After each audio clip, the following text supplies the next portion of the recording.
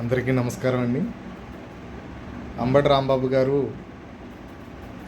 పోలవరం గురించి, చంద్రబాబు నాయుడు గారి గురించి నిన్న నోటికి వచ్చినట్టు మాట్లాడడం జరిగింది. ఈ సందర్భంగా అంబటి రాంబాబు గారికి ఒక విషయం చెప్పదలుచుకున్నాను. అంబటి రాంబాబు గారు, మీరా పోలవరం గురించి మాట్లాడేది? మాట్లాడే అర్హత నీకు లేదు.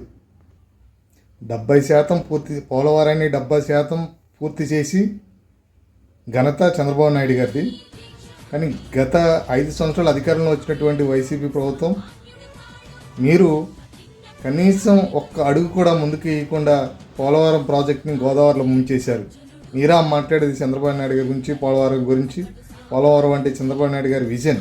పోలవరం అంటే ఆంధ్ర ప్రజల, తెలుగు ప్రజల కళ. ఆ కళని త్వరలోనే నెరవేర్చబోతా ఉన్నాం. చూస్తూ ఉండండి. ఆంధ్రప్రదేశ్కి అంకితం చేయబోతూ ఉన్నారు నారా చంద్రబాబు నాయుడు గారి పోలవరాన్ని. దయచేసి ఇంకెప్పుడు కూడా పోలవరం గురించి కానీ, చంద్రబాబు నాయుడు గారి గురించి కానీ తప్పుగా మాట్లాడితే మటుకి అంబటి రాంబాబు గారికి ఇదే రకంగా సమాధానం చెప్తామని చెప్పి ఈ సందర్భంగా తెలియజేస్తాం.